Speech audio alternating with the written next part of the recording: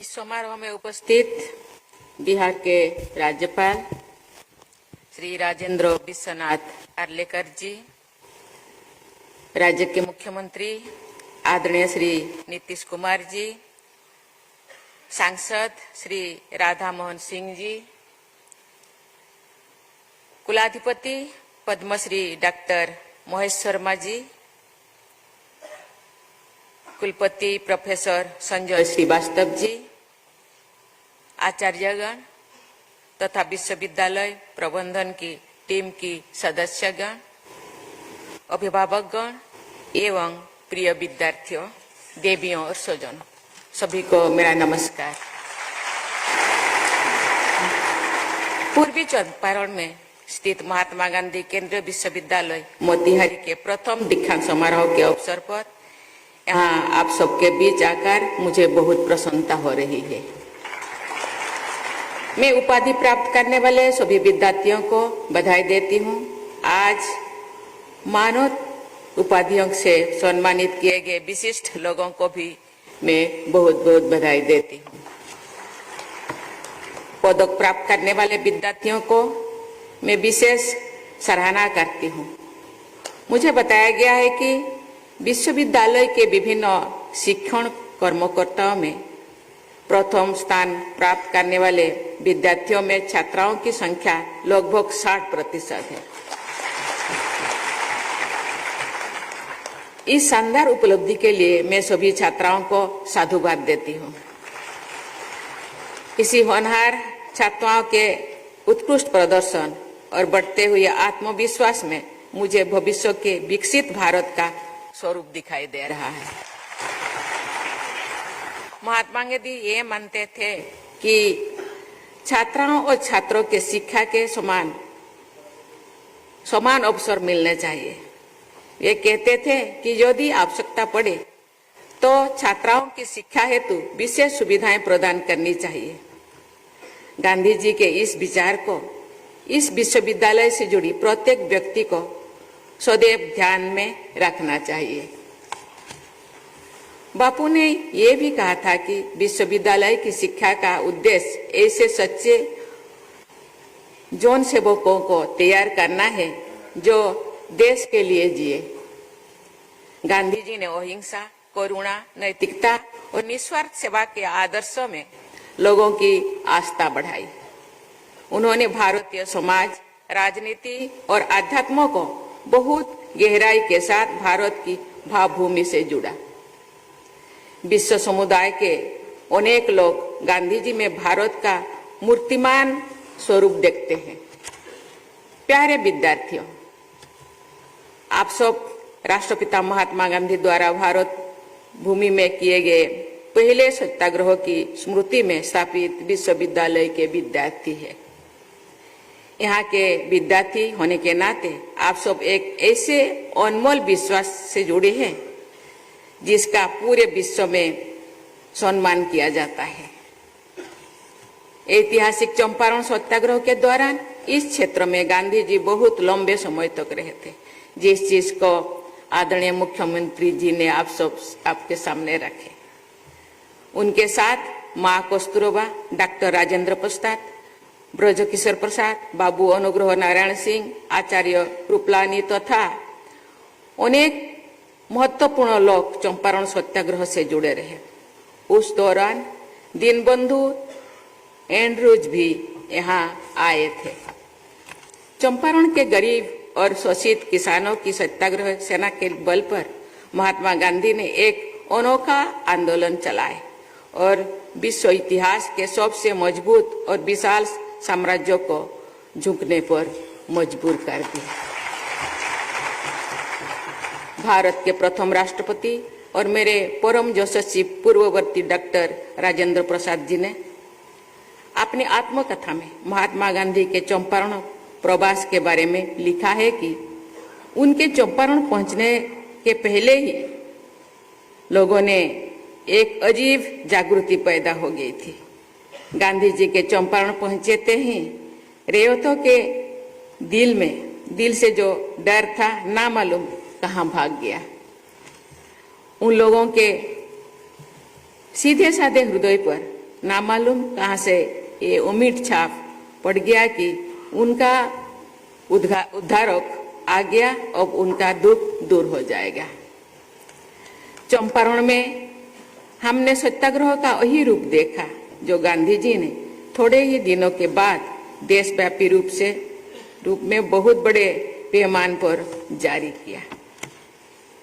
इतिहास साक्षी है कि चंपारण के उन किसानों का दुख कम हुआ। ब्रिटिश हुकूमत को अपनी अनेक अन्यायपूर्ण व्यवस्था को हटाना पड़ा, रोकना पड़ा।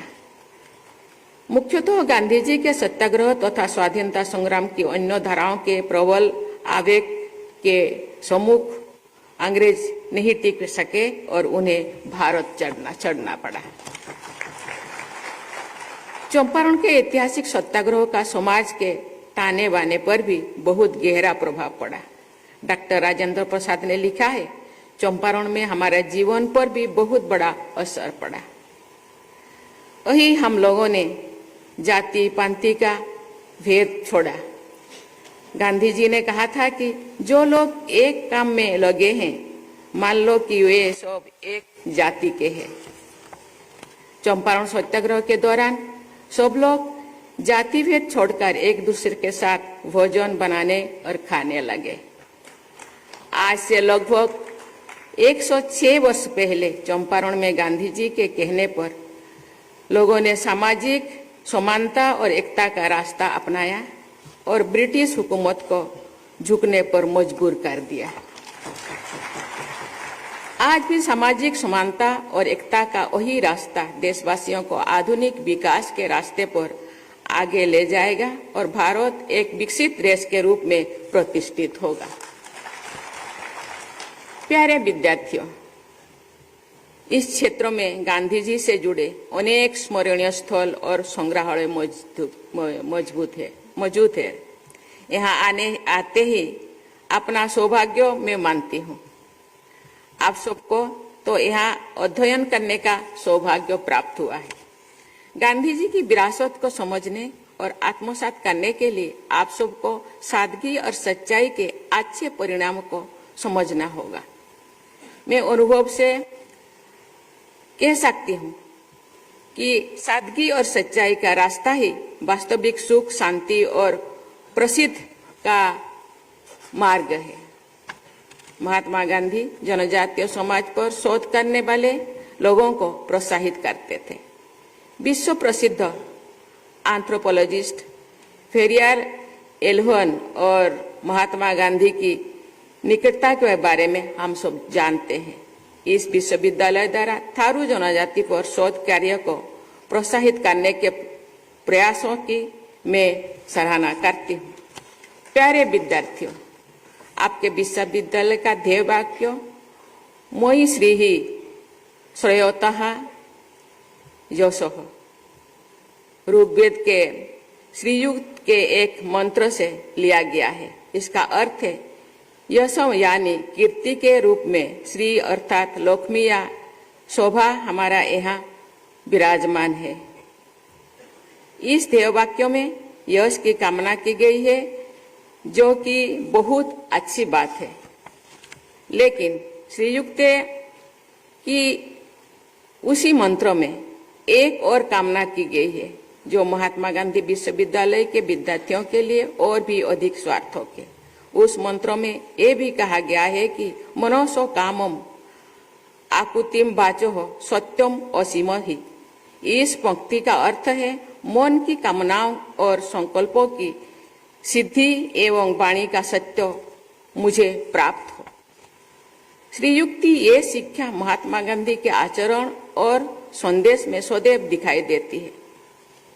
इस दीक्षांत समारोह के पावन अवसर पर मेरी आप सबसे यही अपेक्षा है कि बापू की शिक्षा के अनुसार आप सब मन से, वाणी से और कर्म से सदैव सत्य पर आधारित आचरण करने के संकल्प लें। ये क्षेत्र भगवान बुद्ध और उनके अवसर से समृद्ध है। इस क्षेत्र में सम्राट अशोक के समय के स्तंभ मौजूद है। पश्चिमी चंपारण में सम्राट अशोक द्वारा स्थापित एक स्तंभ का सबसे ऊपर का हिस्सा यानी कैपिटल राष्ट्रपति भवन के दरबार हॉल में के प्रवेश द्वार में स्थापित किया गया है।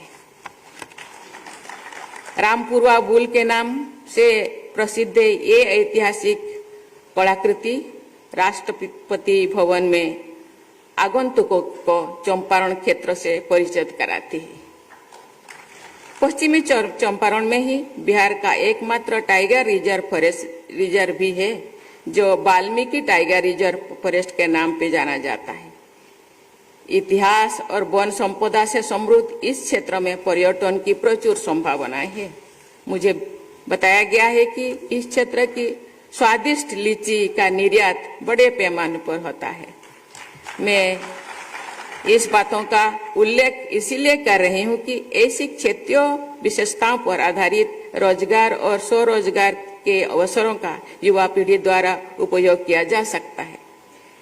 इससे युवाओं की व्यक्तिगत उन्नति होगी और इस क्षेत्रों का विकास भी होगा। देवियों और स्वजनों, मुझे बताया गया है कि इस विश्वविद्यालय द्वारा राष्ट्रीय और अंतर्राष्ट्रीय स्तर का संस्थानों के सहयोग से शोध और अध्ययन की गतिविधियां संचालित की जा रही है। यहाँ नई ऊर्जा के साथ कई क्षेत्रों में पहल की जा रही है। ऐसे प्रयासों के लिए मैं कुलपति तथा उनकी टीम की सराहना करती हूँ। मैं चाहूंगी कि ये विश्वविद्यालय अध्यापन और अनुसंधान दोनों क्षेत्रों में अपनी प्रभावशाली उपस्थिति दर्ज कराए। प्यारे विद्यार्थियों, भगवान बुद्ध और महात्मा गांधी से जुड़े इस पावन धरती पर शिक्षा प्राप्त करके आप सभी विद्यार्थीगण सफलता और नैतिकता के नई प्रतिमान स्थापित करें। ये मेरी शुभकामना भी है और आशीर्वाद भी।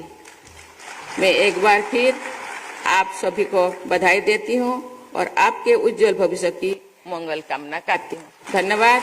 जय हिंद, जय भारत।